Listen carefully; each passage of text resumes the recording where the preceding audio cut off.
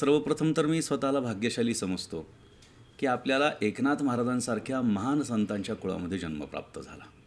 की बाबा एकनाथ महाराजांचे पण वंशज असतील का, आणि जेव्हा आहेत हे कळतं तेव्हा पाहण्यासाठी, भेटण्यासाठी, दर्शनासाठी लोक उत्सुक असतात. तुम्हाला काय वाटतं की हे जे विज्ञान जग आहे आणि आपलं सनातन विश्व आहे, हे दोघं कनेक्टेड आहेत का? E=mc² हा जेव्हा सिद्धांत समोर येतो किंवा हे सूत्र जेव्हा समोर येतं तेव्हा आपल्याला सामान्य बुद्धीनं ते कळत नाही की ई काय आहे, mc² काय, हे आपल्याला कळत नाही. हे संतांनी, आमच्या शास्त्रांनी सांगून ठेवलेलं आहे. पृथ्वी गोल आहे हे सत्य सांगितल्यानंतर 200-300 वर्षांपूर्वी फासावरती चढवलं होतं. गॅलिलिओ. बरोबर. 400 वर्षांपूर्वी एकनाथ महाराज सांगतात, 700 वर्षांपूर्वी ज्ञानेश्वर महाराज सांगतात, आणि त्याही आधी आमच्या शास्त्रांनी, आमच्या पुराण इतिहासाने ते सांगून ठेवलेलं आहे. त्यावेळी पण काही अंधश्रद्धा होता. एखाद्या दगडाला शेंदूर फासला, जाता येतं लोक पाय पडणार त्याच्या, त्याची प्राणप्रतिष्ठा झालेली नाही. त्या मूर्तीमध्ये प्राण ओतला जाऊ शकतो, आणि त्याचंच प्रत्यंतर आपण रामलल्लाच्या मूर्ती स्थापनेच्या वेळी पाहू शकतो. या लोकांना वेळ लागलाय कारण ते कोणालाही देव समजतात. शेंदरी हेंदरी दैवते कोण ती पूजी भूते खेते. पैठणमध्ये ना 3 आश्चर्यकारक गोष्टी. एक म्हणजे पालथी नगरी म्हणून आहे, नाथांची रांजण भरण्याची प्रक्रिया, आणि तिसरा म्हणजे पालखी निघण्याच्या दिवशी, म्हणजे पंढरीला निघण्याच्या दिवशी हमखास येणारा पाऊस.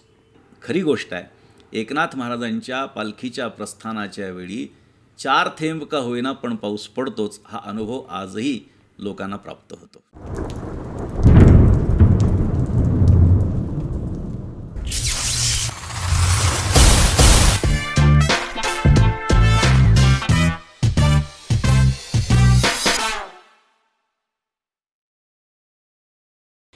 श्री योगीराज महाराजजी नमस्कार. नमस्कार. रामकृष्ण हरी. रामकृष्ण हरी. कसे आहात? एकदम छान. आपण? मी पण मजेत. बरं वाटलं तुम्ही माझ्याबद्दल पण विचारलं. पण तुम्हाला माहिती, आपल्या दोघांमध्ये एक कॉमन गोष्ट आहे. माहिती आहे. कोणती? सर्वप्रथम तर आपण दोघंही त्या पैठणचे आहोत जिथे प्रत्यक्ष एकनाथ महाराज वावरलेले आहेत. राईट. आणि अजून एक, तुम्ही सुद्धा इंजिनियर आहात आणि मी पण. Very good. तुम्ही इंजिनिअरिंग कशात केली होती? सिव्हिलमध्ये माझं झालेलं आहे. अच्छा. म्हणजे सिमेंटचे पूल बांधून लोकांना एका ध्येयापर्यंत पोहोचण्यापेक्षा अध्यात्माचा पूल बांधू, जेणेकरून मोक्षाकडे प्राप्ती होईल. पूल, सेतू हा कायम एका ठिकाणाहून दुसऱ्या ठिकाणी सहजतेनं जाण्यासाठी असतो. मग तो व्यवहारातला पूल असो किंवा परमार्थातला पूल असो. कारण प्रभू रामचंद्र जेव्हा लंकेला गेले तेव्हा सुद्धा सेतूबंधन झालेलंच होतं. एका ठिकाणाहून दुसऱ्या ठिकाणी जाण्यासाठी सेतूचा वापर होतोच, आणि सद्गुरूंशिवाय दुसरा सेतू परमार्थ मार्गाला दुसरा कुठला नाही असं मला वाटतं. एका सामान्य माणसाच्या दृष्टीने जर विचार केला तर तुम्हाला कसं वाटतं की मी एक नाथ वंशज म्हणून, हे तुम्हाला मुळात असं स्पेशल वाटतं की तुमच्या आतमधली फिलिंग काय वाटते? खरं तर हा ज्याच्या त्याच्या प्रारब्धाचा भाग आहे. कोणी कुठे जन्माला यावं हे त्याच्या हातात नसतं.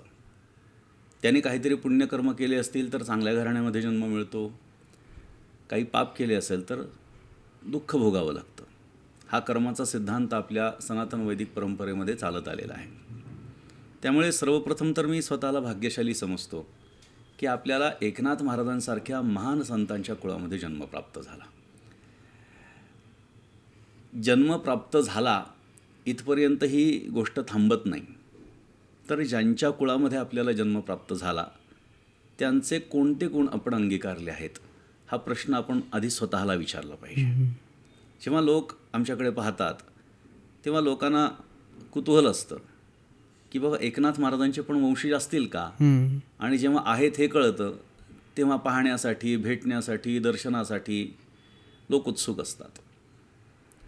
एखाद्या विशिष्ट व्यक्तीला फार मर्यादेनं वागावं लागतं, आणि ही गोष्ट आमच्या घरात परंपरेनंच चालत आलेली आहे. लहानपणी आमचे मित्र ओट्यावर बसायचे, गप्पा मारत बसायचे. आम्हाला कधीच असं वाटलं नाही की आपणही त्यांच्यामध्ये बसावं. कारण संस्कार असे होते की आपणच जर अशा गोष्टी करत बसलो तर समाजामध्ये आपल्या पूर्वजांचं नाव बदनाम होऊ शकतं. लोक आपल्याला काय म्हणतील. आणि हा जो वचक आहे, हा जो धाक आहे, हा गरजेचा आहे. त्यामुळे जसं कुछ दाग अच्छे होते म्हणतात तसं अशा पद्धतीचा वचक हा अत्यंत गरजेचा असतो. त्यामुळे आमच्या घराण्यामध्ये परंपरा जी चालत आली तर त्याच्यामध्ये एकनाथ महाराजांचे जे विचार आहेत ते आधी अंगीकारले पाहिजेत, ही मुख्य भूमिका आहे. आणि त्या दृष्टीने आपलं आचरण असं असावं की लोकांनी आपल्याकडे बोट दाखवू नये. आणि म्हणून निश्चितपणे धाक असतो. व्यवहारामध्ये वावरत असताना आपल्याकडून छोटीशी झालेली चूक ही लोक फार मोठी समजत असतात. सामान्य लोकांनी काही चुका केल्या तर कदाचित धकून जातील, बरोबर. पण एखाद्या विशिष्ट परंपरेच्या, एखाद्या घराण्यामधल्या कोणाकडूनही जर काही छोटीशी जरी चूक घडली तर ती लोकांच्या डोळ्यामध्ये येत असते. आणि म्हणून फार डोळ्यात तेल घालून वागावं लागतं. आजकालचे जे यूथ आहे, जे तरुण आहेत, त्यांना आपल्या धर्माकडे बघण्याचा दृष्टिकोन जरा अध्यात्म पण असतोच, पण थोडंसं सायंटिफिक वेनी पण बघायचा प्रयत्न करतात. बऱ्याच प्रश्नांची त्यांना उत्तरे मिळतात. तुम्हाला काय वाटतं की हे जे विज्ञान जग आहे आणि आपलं सनातन जे विश्व आहे, हे दोघं कनेक्टेड आहेत का? प्रश्नच नाही. कसं? शास्त्र हे सूत्र सांगतं आणि विज्ञान त्याचा विस्तार करतं. विस्तार म्हणजे विज्ञान आहे आणि सूत्र म्हणजे शास्त्र आहे. त्यामुळे जे काही विज्ञान हे आज आपल्याला दिसतं हे सगळं शास्त्रामधून आलेलं आहे. वेदामध्ये सगळ्या जगाचं ज्ञान सामावलेलं आहे आणि सगळ्या धर्माचं मूळच वेद आहे. आणि त्यामुळे ही वैदिक परंपरा जी आपल्या सनातन परंपरेमध्ये चालत आलेली आहे त्याच्यामध्ये सगळ्या गोष्टींचा विचार उहापोह झालेला आहे. परंतु आपली दृष्टी त्याच्याकडे तशी नाही, किंबहुना आपल्याला कळत नाही. E=mc² हा जेव्हा सिद्धांत समोर येतो किंवा हे सूत्र जेव्हा समोर येतं तेव्हा आपल्याला सामान्य बुद्धीनं ते कळत नाही की ई काय आहे, mc² काय, हे आपल्याला कळत नाही. हे संतांनी, आमच्या शास्त्रांनी सांगून ठेवलेलं आहे. त्याचा विस्तार आपल्याला करता येत नाही, म्हणून आपल्याला असं वाटतं की आपलं शास्त्र फक्त थोतांड सांगता येतं.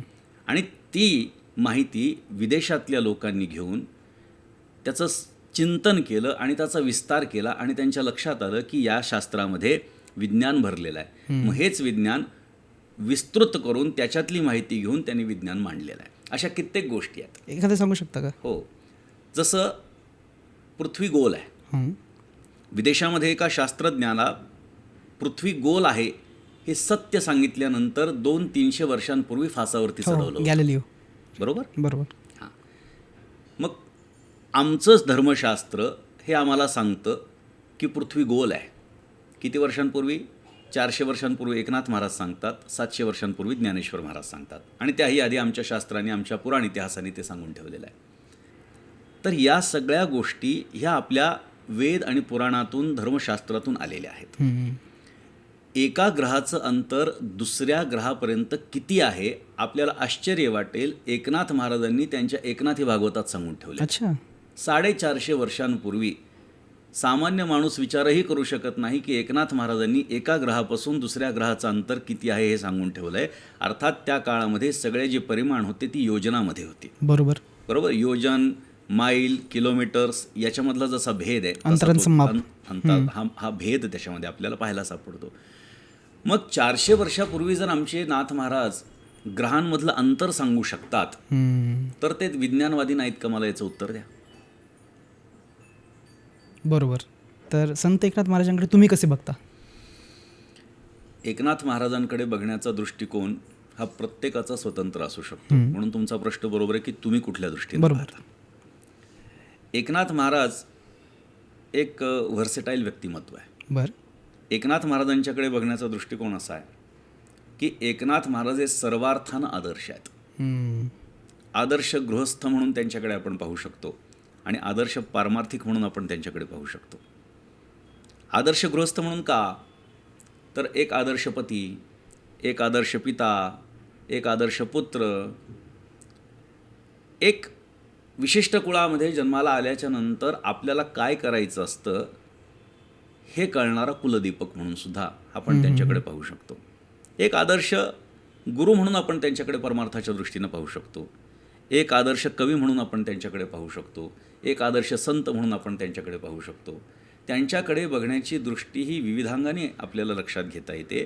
केवळ एकाच कुठल्या तरी रस्त्यानं नाथ महाराज जात नाही आहेत. अनेक रस्ते नाथ महाराजांनी अवलंबलेले आहेत आणि ते सगळेच्या सगळे रस्ते त्यांनी परमार्थाकडे अर्थात परमात्म्याकडे नेलेले आहेत. म्हणून एकनाथ महाराजांकडे बघण्याची दृष्टी ही एवढी व्यापक मला वाटते.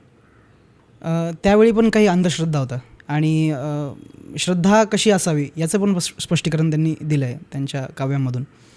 तर तुम्हाला काय वाटतं की त्यावेळेस त्यानुसार जे संत एकनाथांनी उपदेश दिला आहे तो आजही लागू होतो? संतांचा उपदेश हा त्रिकाला बाधित आहे. संत जेव्हा उपदेश करत असतात तेव्हा हा उपदेश आत्तापुरता मर्यादित आहे, हा पुढच्या काळात लागू होतो असं नसतं. संत त्याच गोष्टींबद्दल आपल्याला उपदेशित करतात ज्या गोष्टी सनातन पद्धतीनं चालत आलेल्या आहेत. माणसाचा स्वभाव, मन या न बदलणाऱ्या गोष्टी आहेत. त्यामुळे कुठल्याही काळामध्ये जर आपण बघितलं तर हा प्रवाह चालत आलेला आहे. म्हणून संत महात्मे उपदेश त्याच बाबतीमध्ये करतात की जे त्रिकालाबाधित आहे. त्यामुळे एकनाथ महाराजांनी अंधश्रद्धेवरती प्रहार केला आहे. आजही अंधश्रद्धा नाही का मला सांगा? आहेच.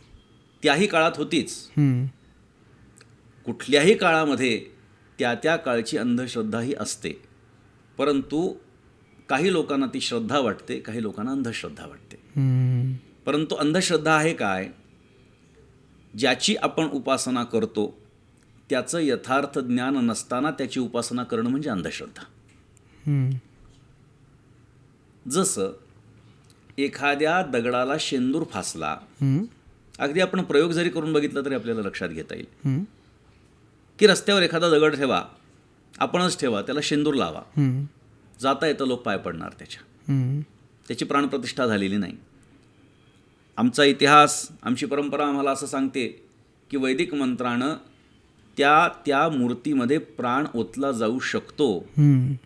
आणि त्याचंच प्रत्यंतर आपण रामलल्लाच्या मूर्ती स्थापनेच्या वेळी पाहू शकतो. बरोबर. स्थापनेच्या आधी त्या मूर्तीचं स्वरूप आणि स्थापनेनंतर त्या मूर्तीचं स्वरूप हे आम्ही प्रत्यक्ष डोळ्यांनी बघितलं. हो, तुम्ही व्हिजिट केलं होते आणि त्या ठिकाणी आम्ही उपस्थित होतो. खरं तर एक फार मोठा योग होता. 500 वर्षांचं स्वप्न हे पूर्ण होणार होतं आणि आमचं सौभाग्य आहे की एकनाथ महाराजांचं प्रतिनिधित्व आम्हाला त्या ठिकाणी करायला मिळालं. त्या ठिकाणी आम्हाला आमंत्रित केलं आणि या ऐतिहासिक क्षणांचे आम्हाला साक्षीदार होता आलं. मग ती मूर्ती जर आपण बघितली तर ती आधी अशी आणि नंतर तशी का? बरोबर. तर त्याच्यामध्ये प्राणप्रतिष्ठा झालेली आहे आणि म्हणून त्याच्यामध्ये प्राण आहेत. परंतु एखाद्या दगडाला शेंदूर फासला तर त्याच्यामध्ये देवत्व आहे असं म्हणता येणार नाही. आमचं तत्त्वज्ञान आम्हाला निश्चित असं सांगतं की दगडातही देव आहे, पण लोकांनी दगड म्हणजे देव करून टाकला. इथून अंधश्रद्धेला सुरुवात झाली. नाथ महाराजांचा एक फार सुंदर अभंग आहे, भारूड आहे. शिळा तांब्याचे बाहुले केले. दगडाचा किंवा एखाद्या धातूचं बाहुलं म्हणजे एखादी मूर्ती तयार केली, त्याला काहीतरी नाव ठेवलं आणि लोक म्हणू लागले की याला पूजा, याला भजा, कारण हा नवसाला पावतो. अच्छा. नाथ महाराज म्हणतात या जनासी लागले वेड. या लोकांना वेड लागलंय कारण ते कोणालाही देव समजतात.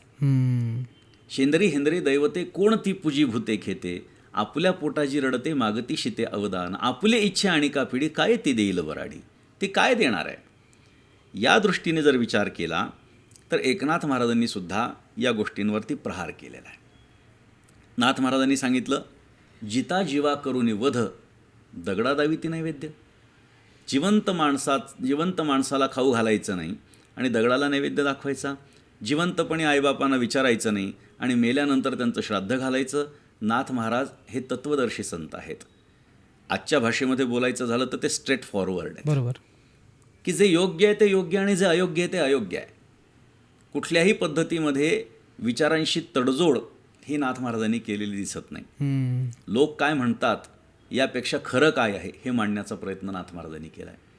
आणि म्हणून अंधश्रद्धेवरती प्रहार करताना खूप खूप वेगवेगळ्या पद्धतीनं नाथ महाराजांनी त्याचं चिंतन केलेलं आहे. अर्थात या सगळ्या गोष्टी लोकांपर्यंत आलेल्या नाहीत, हे दुर्दैव आहे.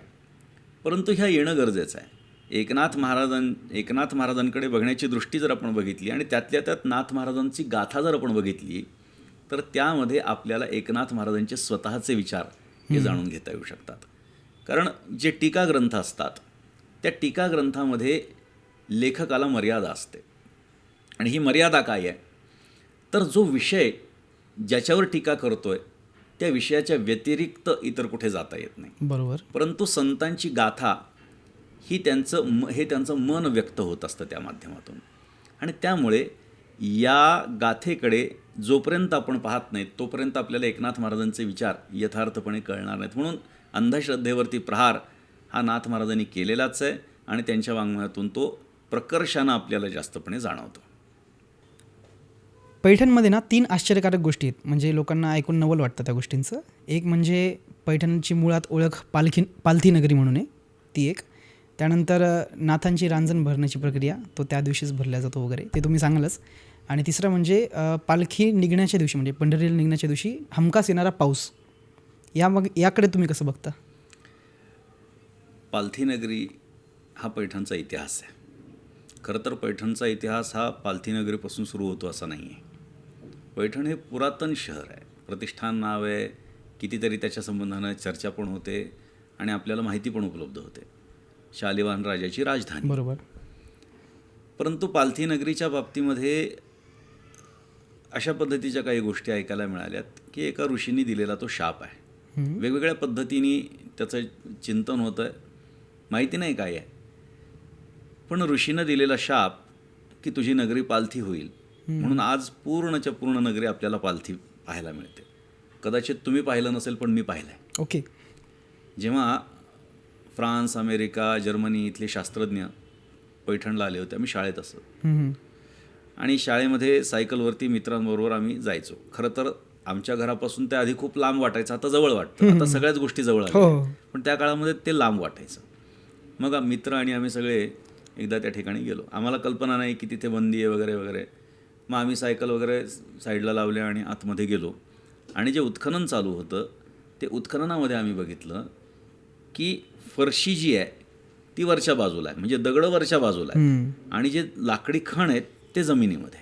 म्हणजे प्रत्यक्ष मी सुद्धा त्याचा साक्षीदार आहे की, किंवा अनेक लोकांनी पैठणच्या पाहिलं देखील असेल की पूर्णच्या पूर्ण घर उलटं झालेलं आहे. आणि त्या परिसरामध्ये सगळी जी घरं आहेत जी उत्खननामध्ये आता सापडलेली आहेत, आता उत्खनन बंद झालं आहे, आर्किओलॉजिकल लोक जास्त सांगू शकतील त्याची, डिपार्टमेंटची माणसं, पण माझ्या माहितीप्रमाणे आता ते बंद झालेलं आहे. हो, पालथी, घागरी, हां, सगळ्याच गोष्टी तिथे सगळ्या उलट्या आहेत. आणि आता तो भाग पैठणचा जुना भाग झालेला आहे. ज्ञानेश्वर महाराजांच्या काळामध्ये तो भाग म्हणजे मुख्य पैठणचा गाभा होता, परंतु आता त्याला पालथी नगरी नागघाटाकडचा जो भाग आहे तो जुनं पैठण म्हणून झाला आहे. आता पैठणचे 3 भाग झालेले आहेत, जुनं पैठण, नाथ महाराजांचं पैठण आणि नवीन पैठण. कारण नाथ महाराजांचं पैठण म्हणण्याचं कारण असं आहे की सद्गुरू जनार्दन स्वामींच्याकडे जेव्हा एकनाथ महाराज गेले आणि आजी आजोबा म्हणजे चक्रपाणी महाराज आणि त्यांची पत्नी यांना विचार असा पडला की आपला भानुदास महाराजांचा वंश आहे, त्या भानुदास महाराजांचा वंश की ज्यांनी पंढरपुरामध्ये पांडुरंगाची मूर्ती पुन्हा आणली कर्नाटकातून. विजयनगरच्या साम्राज्याच्या कृष्णदेवराजानं ती नेली आणि भानुदास महाराजांनी आपल्या भक्तिबळावरती ती पुन्हा पंढरपुरामध्ये आणून त्यांच्याच हस्ते पुनर्स्थापना झाली. आणि आपण सोळखांबीतून जेव्हा आतमध्ये प्रवेश करतो पांडुरंगाच्या मंदिरात, ते उजव्या हाताला जो षटकोनी चौथरा आणि पादुका आहेत ती संत भानुदास महाराजांची समाधी आहे. तर अशा भानुदास महाराजांच्या कुळामध्ये एकुलता एक म्हणून एकनाथ महाराज, आणि त्यांनी गृहस्थाश्रमामध्ये प्रवेश करावा, पैठणमध्ये थांबावं अशी इच्छा असताना सद्गुरूंच्याकडे निघून गेलेले. परंतु सद्गुरूंच्याकडून एक पत्र मिळवलं की तुला हे पत्र जिथे प्राप्त होईल तिथेच तू थांबायचं आणि गृहस्थाश्रमात प्रवेश करायचा. तीर्थयात्रा करता करता एकनाथ महाराज पैठणला फिरत फिरत आले आणि पिंपळवनामध्ये गेले. कळालं कुणीतरी युवक आलेला आहे, कदाचित तो एकनाथ असू शकतो अशी आजी आजोबांची खात्री पटली, आणि सद्गुरूंचं पत्र त्यांना दाखवलं आणि त्याच्यामध्ये स्पष्टपणे लिहिलं होतं, जिथे हे पत्र तुला मिळेल तिथे तू स्थायिक होणे गृहस्थाश्रमात प्रवेश कर. सद्गुरूंच्या आज्ञा शिरसावंद्य मानून नाथ महाराजांनी होकार दिला. आजी आजोबांनी सांगितलं की चला आपल्या घरी, म्हणजे नागघाटाकडे. नाथ महाराजांनी सांगितलं सद्गुरूंची आज्ञा काय आहे, जिथे हे पत्र मिळेल, मला या ठिकाणी पत्र मिळालं आहे, आता मी इथून दुसरीकडे जाऊ शकत नाही. म्हणून तिथे नाथ महाराजांनी सर्वप्रथम छोटंसं घर बांधलं, नंतर त्याचं रूपांतर वाड्यामध्ये झालं, मोठ्या वाड्यामध्ये झालं.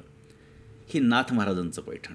आणि हल्लीच्या काळामध्ये छत्रपती संभाजीनगरकडे जो रस्ता जातो त्या रस्त्यावरचं पैठण, असे 3 भाग पडलेले आहेत. तर पालथी नगरीचा इतिहास जो आहे तो माझ्या माहितीप्रमाणे ऋषींनी दिलेला शाप आहे, आणि त्यामुळे ती उलटी झाली. सत्यासत्यता आपल्याला माहिती नाही, त्याच्या संबंधाने कुठेही लिखाण हे पाहायला मिळत नाही, म्हणून हा पालथी नगरीचा भाग झाला. दुसरा प्रश्न असा होता की नाथ महाराजांचा रांजण. नाथ महाराजांचा रांजण हा लोकांना असं वाटतो मातीचा 2-3 फुटाचा रांजण असेल, बरोबर. परंतु हा रांजण जमिनीमध्ये 21 फूट खोल आहे बरं. आणि 1 खणभर मोठा आहे, दगडी बांधकामामध्ये आहे. हम्म. भगवान श्रीकृष्णानं त्याच्यामध्ये पाणी भरलेलं आहे. 12 वर्ष श्रीखंड्याच्या रूपात पाणी भरलं आहे. एकनाथ महाराजांच्याकडे भगवंत राबला तो एखाद दुसऱ्या प्रसंगापुरता नाही, तर 36 वर्ष राबला, अजूनही राबतोय. हम्म. पहिले 12 वर्ष विठ्ठल हे नाम धारण करून नाथ महाराजांच्या कीर्तनामध्ये टाळ वाजवण्याची सेवा. पुढच्या 12 वर्षामध्ये केशव हे नाम धारण करून नाथ महाराजांच्या देवपूजेमध्ये मदत करण्याची सेवा. मग चंदन उगाळून देणं असेल, वस्त्र धुणं असेल, फुलं आणणं असेल, ह्या सगळ्या सेवा या भगवंतांनी पुढच्या 12 वर्षामध्ये केशव हे नाम धारण करून केल्या. आणि त्याच्या पुढचे 12 वर्ष जे ते श्रीखंड या नावानं नाथ महाराजांच्या रांजणामध्ये पाणी भरलं. पाणी भरण्याची जी सेवा एकनाथ महाराजांच्याकडे भगवंतानं केली, ती करत असताना मदनराय नावाचे एक भक्त द्वारकेमध्ये भगवंताचा धावा करू लागले आणि कळालं की पैठणमध्ये श्रीखंड्याच्या नावानं भगवंत सेवा करतायत. आले, चर्चा केली, नाथ महाराजांना सांगितलं तुमच्याकडे असणारी व्यक्ती जी आहे श्रीखंड्या नावाची ती सामान्य व्यक्ती नसून तो प्रत्यक्ष परमात्मा आहे. नाथ महाराजांनी आश्चर्य व्यक्त केलं. अर्थात एकनाथ महाराज हे स्वतःच महाविष्णूचे अवतार आहेत, मग महाविष्णू दुसऱ्या रूपात आपल्याकडे सेवा करतो हे त्यांना कळणार नाही का? निश्चितपणे कळालं. मग सेवा का करू दिली? तर संत असल्यामुळे, हे त्याचं उत्तर आहे. ओके. संत हे समदर्शिनः असतात. चराचरामध्ये एकच परमात्मा व्याप्त आहे. मग सामान्य माणसातही परमात्माच आहे आणि परमात्म्यातही जर परमात्माच आहे तर नाथ महाराजांनी विशेष महत्त्व द्यायचं काही कारण नाही भगवंताला. आणि म्हणून तरीसुद्धा आश्चर्य व्यक्त केलं, दुःख झालं, धावा केला, आवाज दिला, श्रीखंड्या प्रगट झाला आणि त्या दोघांना पूर्ण रूपात दर्शन दिलं. आईसाहेब गिरिजाबाई तिकडनं आल्या आणि त्यांनी सांगितलं की माझी इच्छा तर अशी होती की तुझं लग्न लावून द्यायचं आहे, कारण 18-20 वर्षांचं वय भगवंताचं श्रीखंड्याच्या रूपात. भगवंतानं सांगितलं आईसाहेब आधी 16,108 बायका आहेत म्हणले, नका जास्त अजून वाढू. नाथ महाराजांनी माझ्या लग्नाचं वर्णन जर केलं तर तुम्हाला माझं लग्न लावण्याचं समाधान प्राप्त होईल. त्यानंतर एकनाथ महाराजांनी रुक्मिणी स्वयंवर या ग्रंथाची रचना ही काशीमध्ये केली. आजही जो उपवर मुलगा आहे, उपवर मुलगी आहे, ज्यांचं लग्न जमत नाही, ज्याला अनुरूप जोडीदार मिळत नाही, यथायोग्य पद्धतीनं नियम पाळून जर का त्याचं पारायण एकनाथ महाराजांच्या रुक्मिणी स्वयंवराचं केलं तर त्यांना अनुरूप साथीदार मिळतो, अशी आज हजारो लोकांचा हा अनुभव आहे. मग भगवंत चतुर्भुज रूपामध्ये जेव्हा प्रगट झाला तेव्हा भगवंतानं एक सांगितलं की माझी सेवा तुमची संपली असं नाही, कारण तुमची भक्तीच माझ्यावरती एवढी आहे की त्या भक्तीच्या ऋणातून मी उतराई होऊच शकत नाही. मी तुमच्याकडची सेवा थांबवत नाही आहे. मी प्रतिवर्षी फाल्गुन वद्य षष्ठीच्या आत तुमच्याकडे येऊन जात जाईल आणि रांजणामध्ये पाणी भरत जाईल. तुम्ही आहात तोपर्यंत तुम्हाला कळेल, पण तुमच्यानंतरही मी येत जाईल. लोकांना कदाचित कळणार नाही अधिकार नसल्यामुळे, परंतु मी सेवा करत जाईल. असं म्हणून परमात्मा गुप्त झाले. तो खांब आहे ज्याच्यामध्ये भगवान गुप्त झाले, तो उद्धव खांब त्या ठिकाणी आहे. जिथे एकनाथ महाराज प्रवचन करत होते ज्या खांबाला टेकून, तो पुराण खांब त्या ठिकाणी आहे. भगवान त्या ठिकाणी गुप्त झाल्याच्या नंतर मग पुढे काय, नाथ महाराजांनी समाधी घेईपर्यंत तर परमात्मा येऊन नाथ महाराजांच्या रांजणामध्ये पाणी भरण्याची सेवा करू लागला. परंतु त्यांच्या पश्चात आजही भगवंताची कावड तिथे येते. फाल्गुन वद्य द्वितीया बीजेच्या दिवशी रांजणाची पूजा असते नाथवंशीयांच्यातर्फे आणि तिथे पाणी भरायला सुरुवात होते. भगवंताची कावड ही पंचमीपर्यंत येणं अपेक्षित असतं. बरोबर. कारण पंचमीपर्यंत आलं तरच पुढचा उत्सव सुरू होतो. जोपर्यंत भगवंताची कावड त्या रांजणात पडत नाही तोपर्यंत तो रांजण भरत नाही, आणि जोपर्यंत रांजण भरत नाही तोपर्यंत आम्ही एकनाथ षष्ठीचा उत्सव सुरू करत नाही. ही परंपरा चालत आलेली आहे. मग कोणाच्या हाताने तो रांजण भरेल माहिती नाही. काही लोकांना कदाचित थोतांड वाटेल, काही लोकांना वाटेल हे काहीच्या काही बोलतायत, परंतु मी स्वतः साक्षीदार आहे. 2 घटना त्याच्यावर संशय करण्याच्या दृष्टीनं घडलेल्या आहेत. मी स्वतः साक्षीदार आहे. साधारणतः एक 7-8 वर्षांचा असेल, 8-10 वर्षांचा असेल कदाचित. गल्लीतल्या काही लोकांनी असा विचार केला की हा रांजण लवकर भरून टाकू, म्हणजे बंद करता येईल. त्यासाठी ट्रॉली ट्रॅक्टरची सोय केली. त्याच्यामध्ये मोठमोठे ड्रम्स ठेवले आणि गोदावरीमध्ये रात्रीत न जायचं आणि रात्रीतनं हा रांजण भरून टाकायचा. जेव्हा ट्रॅक्टर नदीमध्ये गेलं, पात्रामध्ये गेलं, तेव्हा सगळेच्या सगळे ड्रम पाण्याने भरले. परंतु ते ट्रॅक्टर अशा पद्धतीनं अडकलं चतुर्थीच्या पंचमीच्या दिवशी की ते ट्रॅक्टर नाथषष्ठी होईपर्यंत निघालं नाही. ही पहिली परीक्षा, की परीक्षा घेण्याचा प्रयत्न केला पण सफलता आली नाही. परमात्म्याची गोष्ट खोटी असू शकत नाही, नाथ महाराजांची गोष्ट ही खोटी असू शकत नाही. दुसरं उदाहरण, त्याच्याच दुसऱ्या वर्षी ट्रॅक्टरवरती टूल बॉक्स असतो, त्या टूल बॉक्सवरती मी बसलेलो आणि टूल बॉक्सवरती बसल्यानंतर पुन्हा नेहमीप्रमाणे ट्रॉलीमध्ये सगळे ड्रम्स वगैरे भरले आणि निघालो. आश्चर्य वाटेल, ट्रॅक्टरचं जे मोठं चाक आहे ते वाकडं होऊन स्टेअरिंगवर आलं. म्हणजे अगदी माझे पाय त्याच्यात अडकणार, तर एकाने मला लहान असल्यामुळे ओढून घेतलं आणि तेव्हापासून ठरवलं की या गोष्टीची परीक्षा इथून पुढे बघायची नाही. भगवान येईलच, रांजण भरेलच आणि षष्ठी होईलच. त्यामुळे भगवंताची कावड आजही नाथ महाराजांच्याकडे यासाठी येते कारण एकनाथ महाराजांच्या भक्तीचं ऋण अजून भगवंताचं फिटलेलं नाही. तिसरा आपला प्रश्न होता की पालखी प्रस्थानच्या दिवशी पाऊस येतो. पाऊस हा आशीर्वाद समजला जातो. खरं तर यज्ञात भवती पर्जन्यः असं भगवंतानं गीतेत सांगितलेलं आहे. यज्ञ केला तर पर्जन्य आहे. मग इथे कुठे यज्ञ केला की ज्यानं पर्जन्य पडावा? परंतु हा यज्ञ नामाचा यज्ञ आहे, भगवंताच्या नामाचा, संतांच्या नामाचा यज्ञ आहे. आणि संतांच्या नामाचा यज्ञसुद्धा सफल झाला तरच त्याचं फल प्राप्त होत असतं. त्याच्यासाठी वापरण्यात येणारं हविरद्रव्य जर शुद्ध असेल तरच यज्ञ सफल होतो. मग नाम यथार्थ पद्धतीनं जर घेतलं तरच काय होणार, हे नामरूपी जो यज्ञ केला तरच पर्जन्य पडणार. ह्या पर्जन्य प्रत्यक्ष स्वरूपामध्ये पडतो आणि हे नाथ महाराजांचा हा आशीर्वाद म्हणून याच्याकडेच भाविक लोक बघत असतात. म्हणून खरी गोष्ट आहे, एकनाथ महाराजांच्या पालखीच्या प्रस्थानाच्या वेळी 4 थेंब का होईना पण पाऊस पडतोच. हा अनुभव आजही लोकांना प्राप्त होतो. तुम्हाला आता मी सांगतो की त्या दिवशी पालखी निघणार होती. मला भावाने ते सांगितलंच होतं की असं असं होतं, एकदा तू बघ. थोडं थांबलो, वातावरण एकदम गरमी आणि कोणी म्हणणार पण नाही की पाऊस पडणार होता. 1 तासामध्ये असं काय झालं काय माहीत की सगळीकडे दाट आभाळ आणि थोडा तुम्ही म्हणता जसं 4 थेंब का होईना आला की खरंच पाऊस. आता तो श्रद्धेचा विषय असू शकतो किंवा न जाणे, देव जाणे. बरोबर. आता एकनाथ षष्ठी येते, म्हणजे हा कदाचित व्हिडिओ त्याच वेळेस मी रिलीज करेल. पण महाराष्ट्रातली सर्वात 2 नंबरची मोठी यात्रा म्हणून ओळखली जाते पंढरपूरनंतर. ह्या षष्टीचं महत्त्व काय वारकरी संप्रदायाच्या दृष्टीने? पैठणच्या वारीला यात्रा म्हणण्याची एक पद्धत हल्ली रूढ झाली आहे. पण जत्रा, यात्रा हे हौशा गौशा नवशांसाठी असते. पैठणची वारी हा शब्द महत्त्वाचा आहे. म्हणून एकनाथ षष्ठीची वारी, पैठणची वारी असा उल्लेख खरं तर व्हावा. पंढरपूरच्या नंतर पैठणच्या वारीचं महत्त्व आहे कारण पंढरपूरला 12-13 लाख भाविक हे पंढरपूरला आषाढी एकादशीच्या दिवशी जमतात आणि वारकरी संप्रदायातला तो सर्वोच्च अशा पद्धतीचा उत्सव असतो. महाराष्ट्राच्या कानाकोपऱ्यातून बाहेरूनही लोक येतात. त्या खालोखाल जर आपण बघितलं तर पैठणमध्ये 7 ते 8 लाख भाविक एकनाथ षष्ठीला पैठणला येतात. संख्यात्मक दृष्टीनं जर विचार केला तर दुसऱ्या क्रमांकाची मोठी वारी ही पैठणचीच आहे हे सिद्ध करण्याची गरज नाही. त्याची संख्याच आपल्याला ते सिद्ध करून दाखवते. बरोबर. कारण काय आहे? कारण तिथे विजय पांडुरंगसुद्धा आहे आणि नाथ महाराजसुद्धा आहेत. पांडुरंगही आहे आणि एकनाथ महाराजही आहेत. या दोन्हींचं एकत्रीकरण, खरं तर एकनाथ महाराजच पांडुरंग आहेत. त्यामुळे पैठणची वारी आणि नाथ महाराजांचं जे कार्य आहे, समाजातल्या प्रत्येक स्तरातल्या लोकांच्यासाठी नाथ महाराजांनी लिखाण करून ठेवलं आहे, प्रत्यक्ष कार्य केलेलं आहे.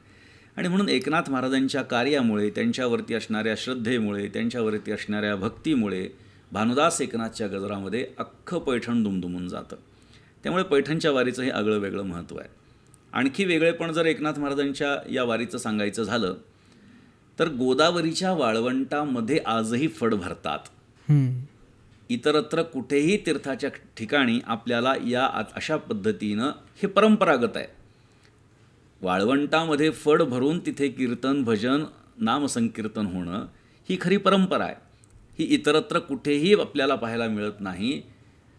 आपल्याला ती पैठणला बघायला मिळते. आजही गोदावरीच्या वाळवंटामध्ये आपण पाहतो शेकडो फड असतात, हो. 700च्या वर दिंड्या असतात, लाखो लोक येतात, भानुदास एकनाथचा गजर करतात, तासनतास रांगेमध्ये उभे राहतात, नाथ महाराजांचं दर्शन करतात. खरं तर ही संख्या लोकांची काही फक्त नाथ षष्ठीच्या वेळी आहे असं नाही आहे. आपण पहा, महाराष्ट्रामध्ये आषाढी एकादशीला पंढरपूरला गर्दी जास्त असते. एकनाथ महाराजांच्या पैठणमध्ये दुसऱ्या क्रमांकाची मोठी वारी पैठणच्या दृष्टीनं बघितलं तर ती आषाढी एकादशी आहे. आषाढी एकादशीला 3-4 लाख भाविक पैठणला असतात. कार्तिकी एकादशीला 2-3 लाख भाविक असतात. प्रत्येक शुद्ध एकादशीला 1-1.5 लाख भाविक पैठणला असतात. प्रत्येक वद्य एकादशीला 50-60 हजार भाविक पैठणला असतात. आणि दररोज 5-10 हजार लोक भाविक नाथ महाराजांचं दर्शन करून जातात. म्हणजे फक्त एकाच दिवशी सगळा मॉब येतो किंवा सगळे भाविक येतात असं नाही.